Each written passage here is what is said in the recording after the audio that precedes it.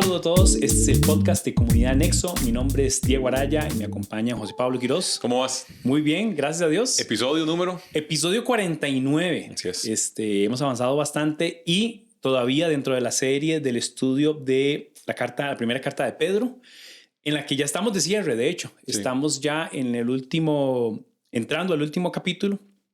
Y bueno, nos emociona porque hemos visto montones de temas. Y hay un par de textos en los que nos hemos encontrado, y hay uno por ahí más adelante también, donde nos hemos encontrado el reto interpretativo. Sí, así es. Y entonces la dinámica de este episodio 49 va a ser hacer el proceso que nosotros usualmente hacemos para entrarle un texto como este, de los que llaman textos oscuros. Creo que una buena es comenzar por ahí, decir que no solo nosotros estamos refiriéndonos como un texto oscuro, sino que comentaristas y teólogos muy autorizados, que son fuente de consulta para muchas personas, dicen estos son textos oscuros. Lo decía yo el domingo pasado, Martín Lutero dijo, probablemente el más oscuro de todos los textos del Nuevo Testamento.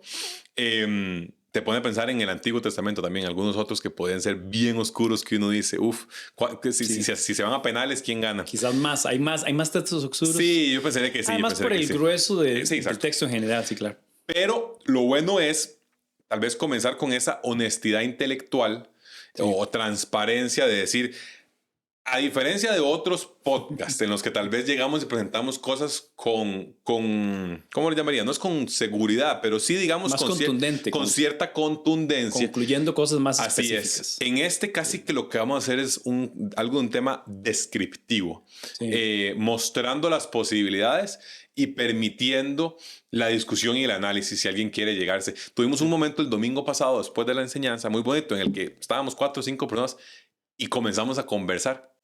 Entonces comienzan a salir las ideas respecto a esto, respecto del pasaje que vamos a ver hoy. Entonces la gente comienza a decir, no, a mí esta me suena, esta no, muy violenta, decía alguien por ahí, no sé qué. Entonces, ojalá suceda lo mismo ahora que salió el podcast. Ojalá usted lo escuche y si en su casa, ¿verdad? También va a compartir con las personas y decir, bueno, ¿y vos cuál pensás? ¿Cuál te gustó? ¿Vas? ¿Y por qué? Esa es siempre la más importante. ¿Y por qué? Y dicho sea de paso también con la aclaración de que no es un tema que transgrede ninguna gran fundamento teológico. Quizás eso parte de la aclaración es bueno. O sea, lo que termines creyendo no necesariamente va a irrumpir en ninguna enseñanza que sí es concluyente y que sí es clara, nuclear.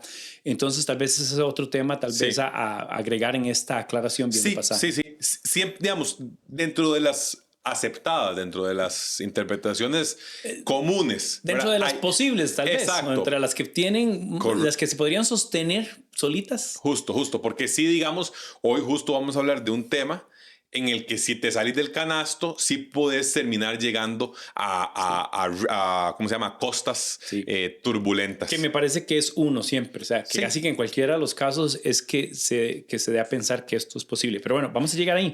Vamos a leer el texto. Sí. Y lo que vamos a hacer de manera muy rápida es hacer un parecido a lo que hacemos en las enseñanzas, es observarlo y notarlo. Una de las cosas cuando uno se enfrenta a un texto es observar en detalle y ver el uso de las palabras, obviamente ver el uso de las palabras en relación al contexto inmediato, al contexto externo, o sea, otros pasajes que hablan de estos temas y de estas relaciones. Este texto tiene muchos temas y tiene muchas relaciones y diría algunos otros textos e historias de las que Pedro se está usando, digamos, para traerlo. Entonces voy a leerlo y hacemos esa primera dinámica. Voy a leerlo desde el 18 para tenerlo como enmarcado. Completo, sí.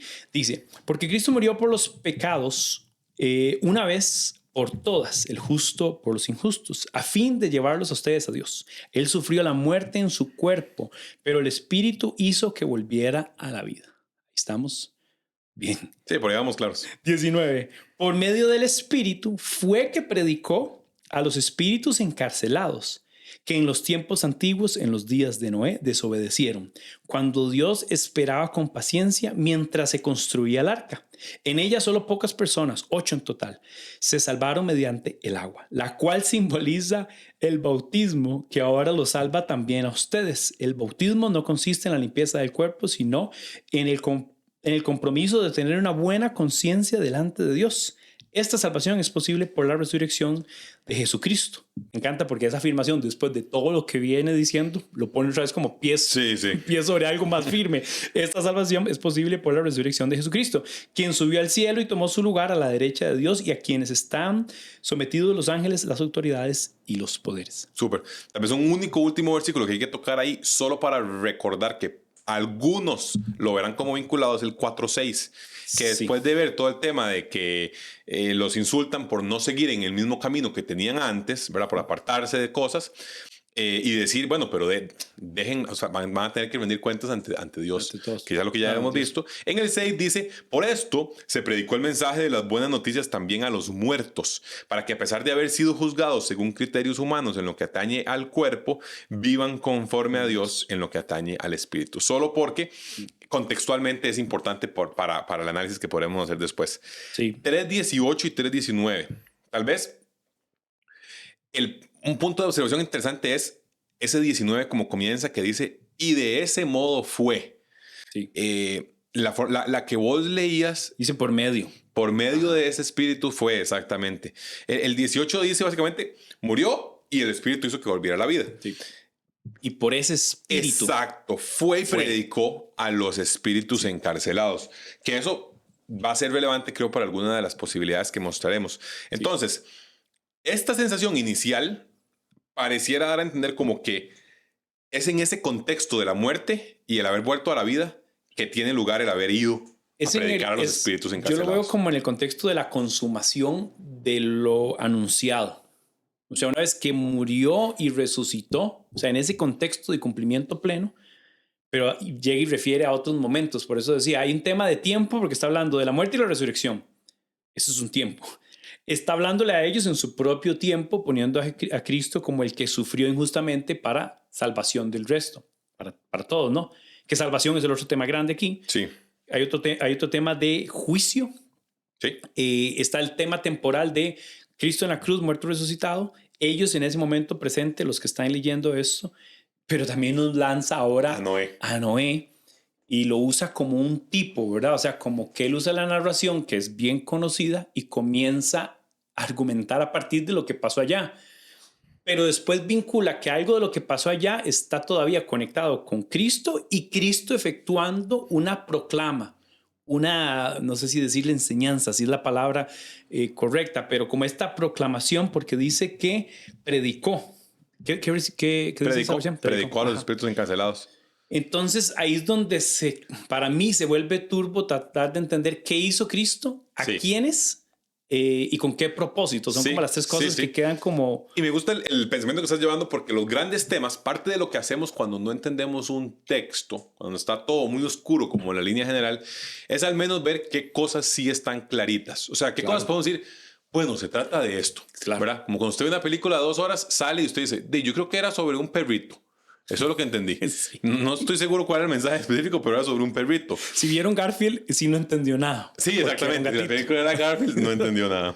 Pero entonces esto que decías de que salvación y juicio son temas importantes porque lo vemos tanto en el acto de Jesús como en el acto de Noé. Claro. Noé, sin duda alguna, salvación y juicio es un tema. ¿Cuántos se salvan? 8. ¿Cuántos reciben el juicio? Pues el resto. Entonces, bajo esa línea, comenzamos a ver ciertos paralelos. Y lo otro es que lo que genera complejidad es el hecho de que luego introduzca la idea del bautismo. Sí. Eso le suma complejidad a que él casi que quiera decir la historia del arca como una metáfora vinculada al agua con el bautismo. Sí. Exactamente. Eso probablemente es para terminar de armar todo el muñeco donde vos decís, ahí se me está embarrelando la cancha. Claro, y para mí el 19, uno de los puntos más críticos es que él fue en espíritu, ¿ok? Pero que fue a espíritus que están presos, que están cautivos. Sí, exactamente. Y ahí vienen preguntas como espíritus humanos. Exacto. Espíritus angelicales. Así es. Celestiales. ¿Por qué estaban cautivos? Encarcelados, ¿por qué? Exactamente. Ya ellos parece que están en un juicio. O sea, gente que ya está limitada a un espacio, que está cautivo. Así es. Que parece decir ese espíritus encarcelados que el vínculo que parece vincularse es mencionarse, es desobedecieron. Que dice, predicó a los espíritus encarcelados que antes, en otro momento, desobedecieron cuando Dios esperaba con paciencia mientras se construía. Entonces, ¿qué temas sí podemos ver? Podemos ver salvación, Juicio. porque vamos a ver que lo repite en el 21. Esta salvación es posible por la resurrección. Juicio vinculado en el acto. Veo autoridad de un Jesús Así es. proclamando, sobre todo porque en el 22 vuelve a hablar de su lugar a la derecha del Padre y sometiendo a ángeles, autoridades y poderes. Así es. Ahí veo un tema también de autoridad que lo asocio también con toda autoridad se me da en el cielo Y en la como tierra. en la tierra, como Cristo presentándose como un elemento que para salvación y para juicio es inevitable para todo hombre, para toda la creación y para toda entidad angelical y poder y potestad y Sí. todo, o sea, como una máxima, digamos. Sí, que sería válido verlo a la luz del capítulo 2 que vos enseñaste acerca del acercarse a Cristo, los que para quienes es piedra angular y aquellos para quienes es piedra de tropiezo, ¿verdad?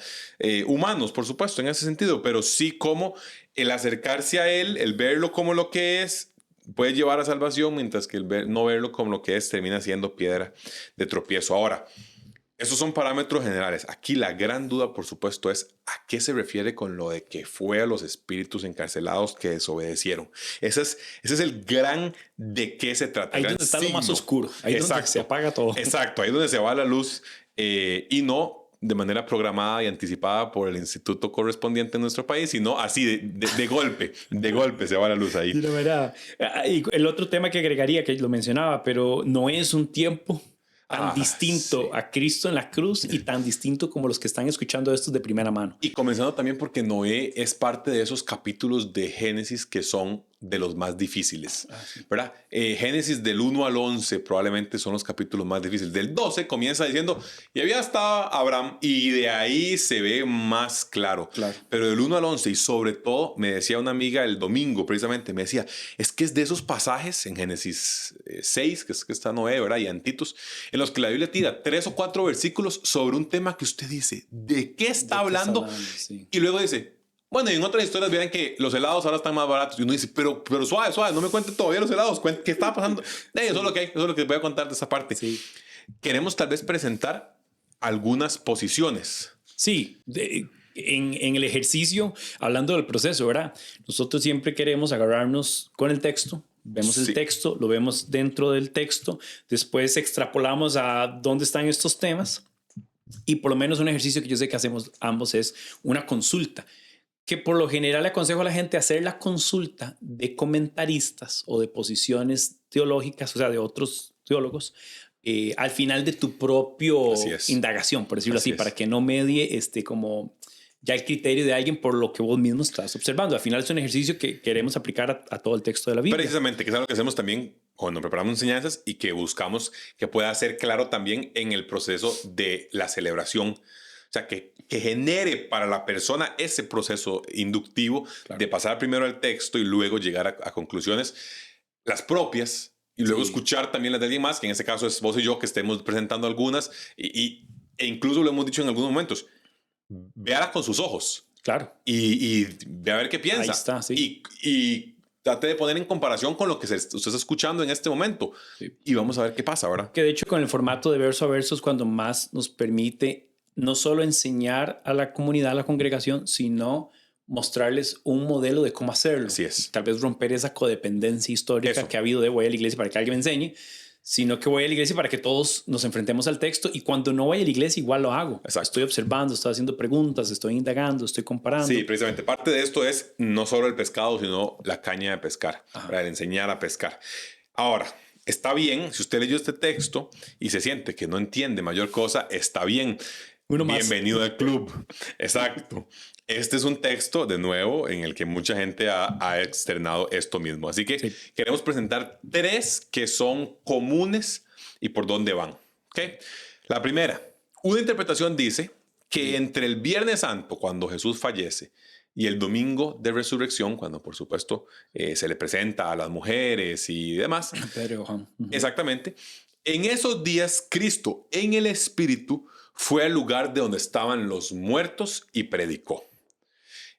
Una pequeña aclaración con esto del lugar donde estaban los muertos. En el Antiguo Testamento muchas veces el lugar donde estaban los muertos no indicaba bueno o malo, solo indicaba el lugar donde estaban los Parece muertos. un lugar transicional. Siempre que pensamos en esto, nuestra cabeza viene la idea de infierno, pero son dos cosas diferentes. Lo que nos muestra el Nuevo Testamento con el tema de infierno y demás, respecto de esa idea que en hebreo le llamaban el Seol. Seol. El Seol, Sí, versus el sí Gehenna, hace que sería más el infierno, exactamente, sí. Seol.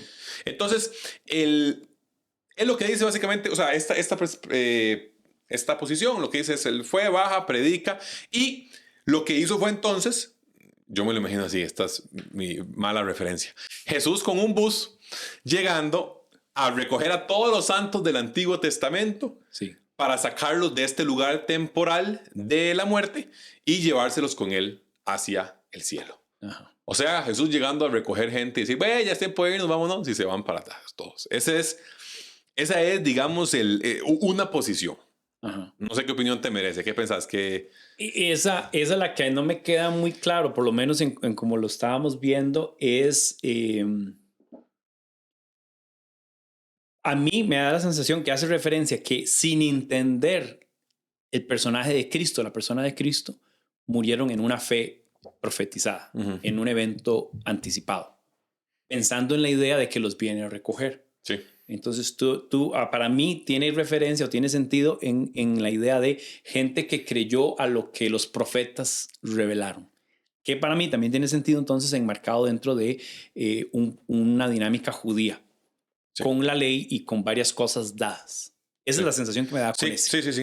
Hay quien lo critica diciendo, pero si ese es el caso y son todos los santos del Antiguo Testamento, entonces, ¿por qué menciona a Noé? ¿Qué rol juega Noé en esa línea? Si Jesús va a agarrar un bus, si va a llevar a todos los del Antiguo Testamento, sí, ¿por qué no dijo los del Antiguo Testamento? ¿Por qué no? Porque dijo los de Noé. Pues Noé parece ser un tiempo específico. Un eso tiempo iba. O sea, Noé no está enmarcado en la ley, por ejemplo. Precisamente, exactamente. Entonces es más complejo. Sí. O sea, sabemos la figura. De hecho, la figura de Noé es un tipo de Cristo en la narrativa. Y en parte en el texto está claro cómo se está mostrando. Para mí es la parte difícil de entender cuál sería la discriminación entre los que sí escucharon y no escucharon. Sería nada más un tema de buena conducta o de buena... Sí. O de fe en lo que había sido revelado. En lo venidero. Fe en la esperanza de lo que habría de venir, precisamente. Esta es una. De hecho, algunos la llaman una de las más tradicionales, si se quiere, como de las que una parte importante de la gente ha visto en otros tiempos. Número 1. Número 2. La segunda tiene que ver con la victoria sobre los ángeles encarcelados. Esa sí es como la de Jesús, digamos, victorioso. El famoso, ¿cómo es que le dicen? Se me fue la palabra, perdón. Christus Victor, el del Jesús victorioso. Que básicamente es que Jesús, después de la crucifixión, fue a donde estaban estos ángeles, estas fuerzas angelicales, de las que habla el último del capítulo 3. Poder repasarlo, porfa, el 22, que dice... Dice que subió al cielo y tomó su lugar a la derecha de Dios y a quien estaban sometidos los ángeles y las autoridades y los poderes. Eso, entonces lo que dice es que los espíritus que están en prisión son los espíritus malvados, los ángeles malignos que estaban en prisión por la desobediencia, que es lo que decía, que nos preguntábamos hace unos minutos. ¿Cuál desobediencia? ¿O de qué? Y que Jesús simplemente les está anunciando, proclamando, era la palabra que usabas, después de su resurrección, su victoria sobre ellos. Claro. O sea, es básicamente Jesús diciendo, gané. O sea, en efecto, esto se logró. Sí. Y de nuevo, esta es otra posición que personas muy autorizadas sostienen. Y hay comentarios en los que en efecto se ve como tal. De nuevo, sí. Esta posición a mí yo lo veo, hay como dos metáforas que me gustan, es como aquel que dice no me toques porque no me he presentado, que se lo dice a María. Ajá. Como esta idea de presentar el acto consumado delante del Padre. Él también dice consumado es en su último aliento de vida. Para mí descender y hablar o proclamar a estos espíritus encarcelados es un consumado es para ellos. Es como un atestado de que lo que se dijo que iba a suceder, Jesús lo está consumando. Entonces yo lo veo de esa manera como la proclama de la victoria. La otra forma en que lo veo es como cuando, ahora que estábamos viendo la final de la Champions, que el equipo ganador pasa, recibe su premio, pero también se premia al segundo. Bueno, no es que se premia, pero se le reconoce. Entonces, en un sentido, el que pierde necesita ser testigo de quién lo hizo perder, para que haya una conciencia, me parece, y como para que haya y para que se gloríe el victorioso. Entonces, me parece que es necesario que Cristo se muestre como el victorioso para entonces justificar el por qué están presos por su desobediencia. ¿Tiene sentido lo que quiero decir? Para quienes nos ven y escuchan, Diego está mostrando sus colores. ¿Con cuál de las tres interpretaciones es la que más le parece? En este momento está mostrando sus colores. Sí, pero muy bien, muy bien. No, en efecto, eso que decís, esa es la segunda, es el segundo punto, es la proclamación de la victoria como vean, yo soy quien soy, ¿verdad? Esa fue la número 2. Entonces, sí, de nuevo, la número 1 tiene que ver con Jesús en bus. Llevándose a los santos. Llevándose a los santos. La número 2 tiene que ver con Jesús victorioso. El Jesús victorioso, sí, proclamador. Y el número 3 es que lo que dice básicamente es que en el capítulo 1 de Primera de Pedro habíamos visto ya versículos 10 y 11, si los querés leer, sí, una referencia al Espíritu de Cristo yendo al Antiguo Testamento a realizar acciones. Entonces, si querés, leámoslo para tener el contexto para esta posición. Dice: los profetas que anunciaron la gracia reservada para ustedes estudiaron y observaron esta salvación. Querían descubrir a qué tiempo y a cuáles circunstancias se refería el Espíritu de Cristo que estaba en ellos cuando testificó de antemano acerca del sufrimiento de Cristo. Y me gusta ese pasaje porque habla del aspecto temporal que está en discusión, sí, en el 19. Sí, precisamente. Entonces, esta interpretación lo que dice es que ya Pedro nos había preparado para entender esta idea de Cristo en espíritu yendo a predicarles a los profetas en el Antiguo Testamento. O sea, como ese momento. Y entonces esta interpretación, de hecho, se separa plenamente del viernes a domingo de la Semana Santa. O sea, sí, dice, esto está hablando... No pasa en ese momento. De otro momento. Es más, de la época de Noé, precisamente. Sí. Y entonces, lo que dice es, no hay interpretación entre Viernes Santo y Domingo Santo. Lo que pasó a final de cuentas es una referencia al hecho de que el Espíritu que levantó a Jesús fue el que en su momento fue y le predicó al mundo por medio de, exactamente, en los días de Noé. Sí. Que la mayoría fueron desobedientes y por ende están en prisión esperando el juicio final. Sí. Que de hecho, así fue y así funciona. Quizás lo único que está en duda es si esa es la referencia a lo que Pedro quería decir. Sí. O sea, esa es una opción que para mí es muy segura, o hablábamos que es como la más segura, porque sea que es eso, lo que Pedro se está refiriendo, eso que estamos describiendo sucede.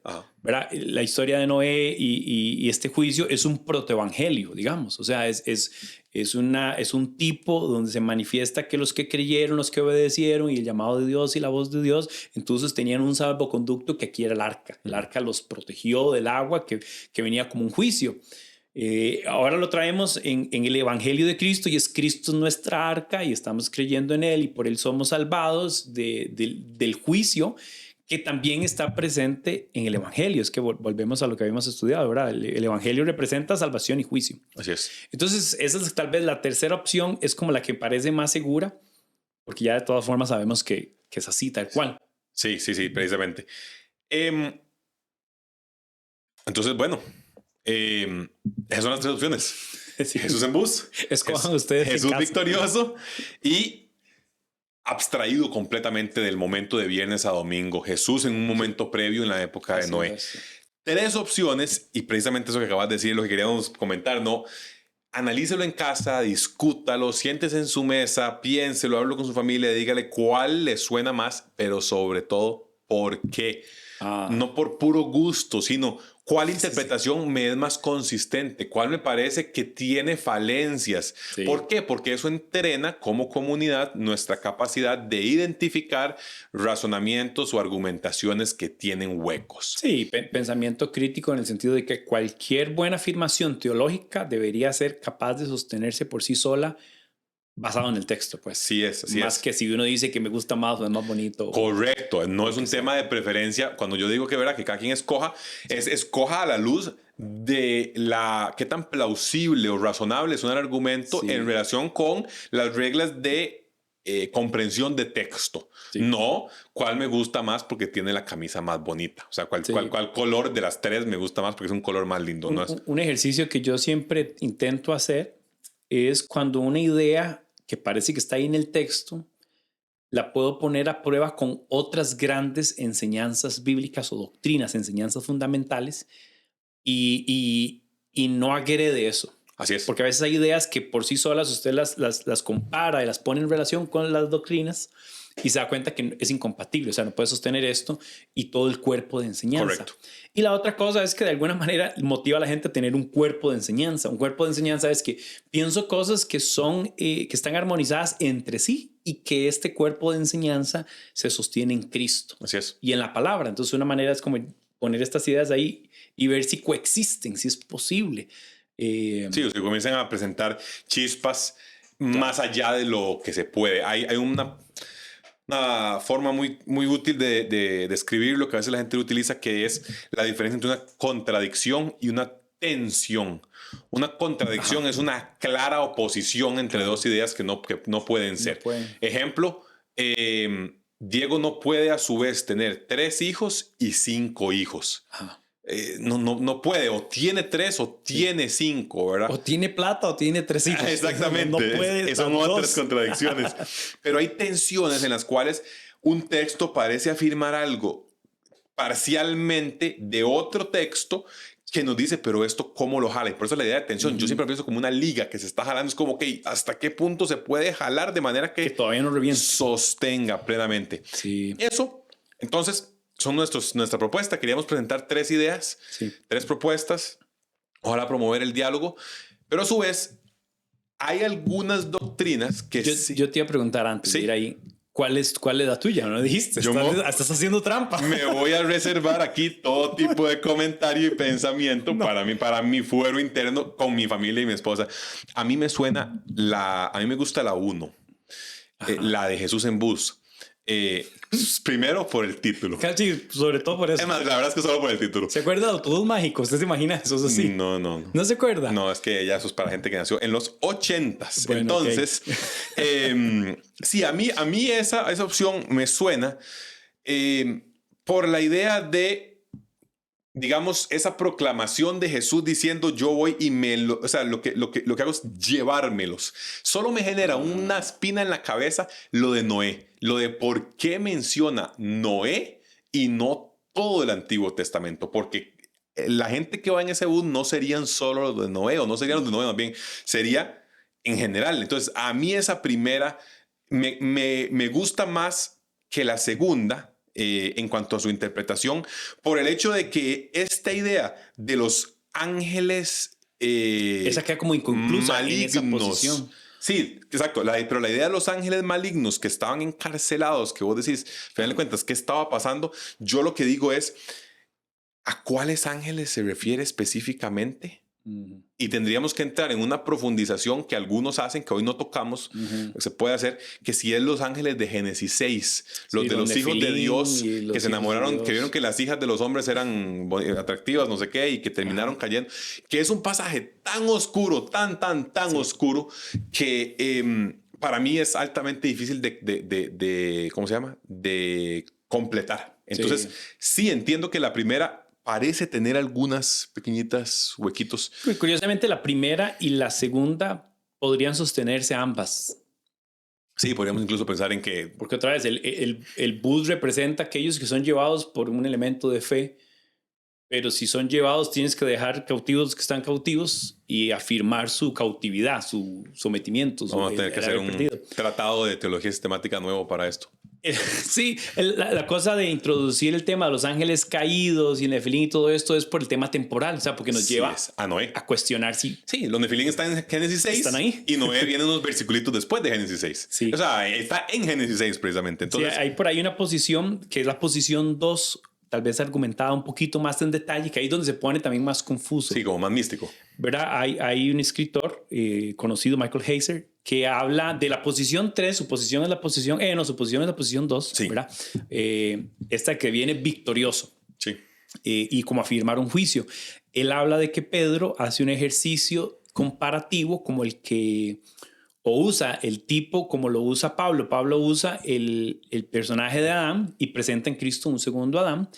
Y dice él, esto es como él lo menciona, muy rápido lo digo, él dice que él usa el tipo de Enoch, este personaje de este tiempo específico, con características muy particulares, como aquel que caminó con Dios y nunca murió. Así es. ¿verdad?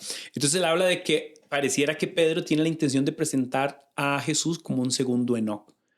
Él hace referencia de que en este libro de Enoch hay una parte donde parece que le solicitan a Enoch ser intermediario para estos espíritus cautivos y presos, porque como él es tan cercano, camina con Dios, entonces que sí puede.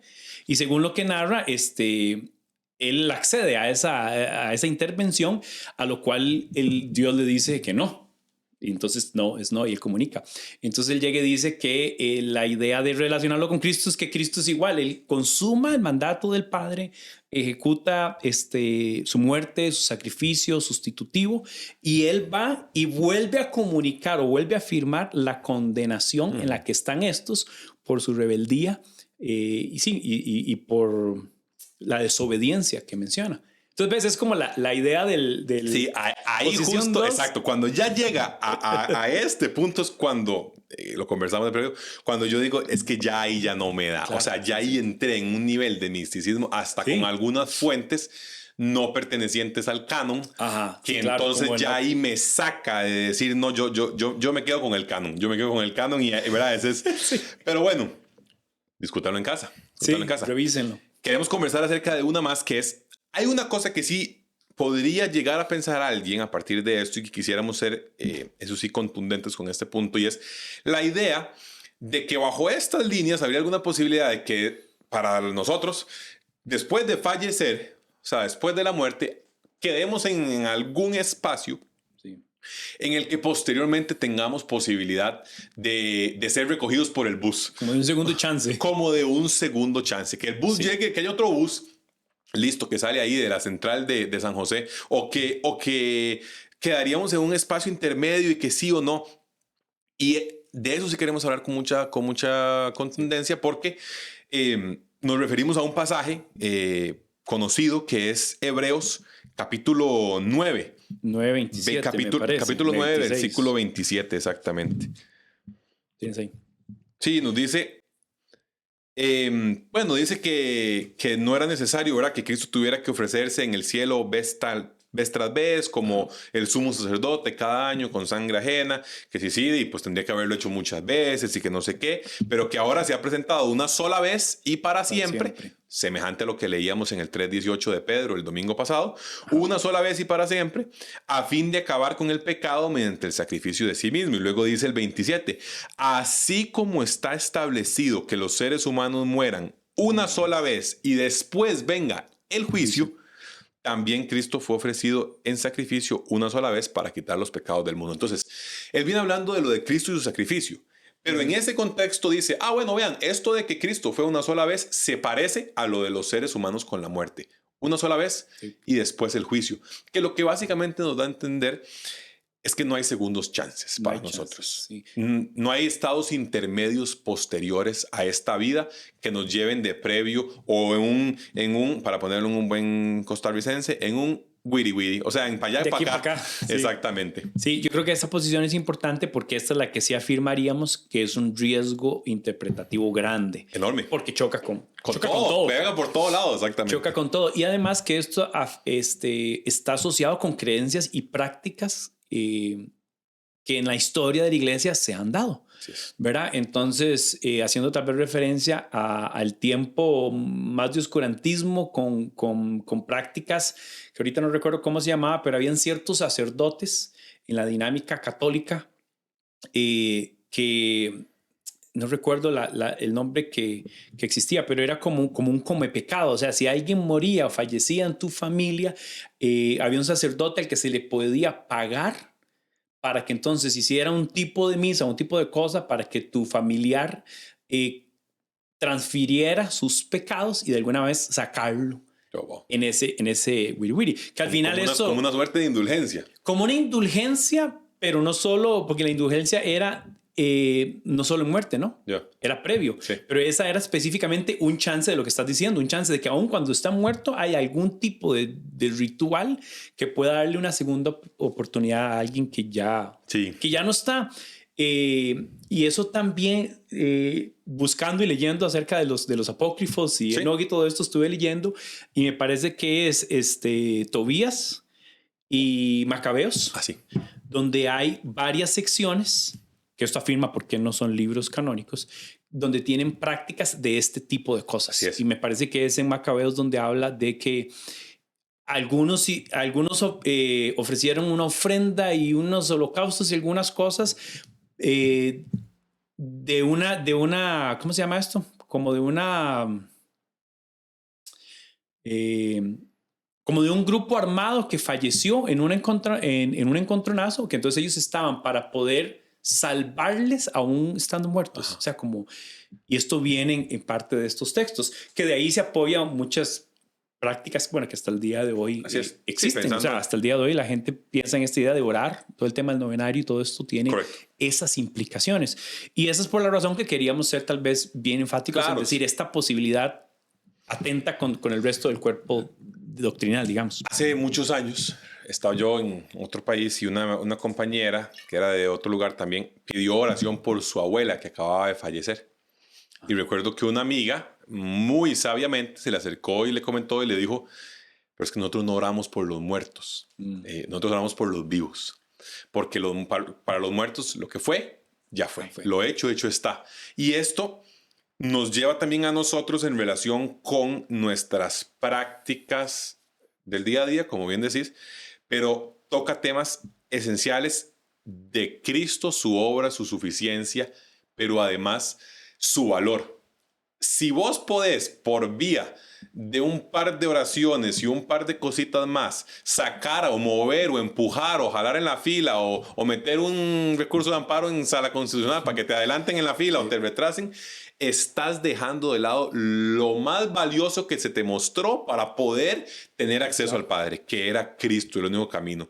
Entonces es una ofensa. Vos decís, pero estas doctrinas de espacios intermedios y orar por ahí, ¿en qué dañan? Bueno, son una ofensa directa a Cristo y su obra. El sacrificio de Cristo queda pisoteado. Exactamente. O sea, si hay otras formas de hacerlo, toda la narrativa bíblica de que solo en Cristo hay acceso al Padre se cae.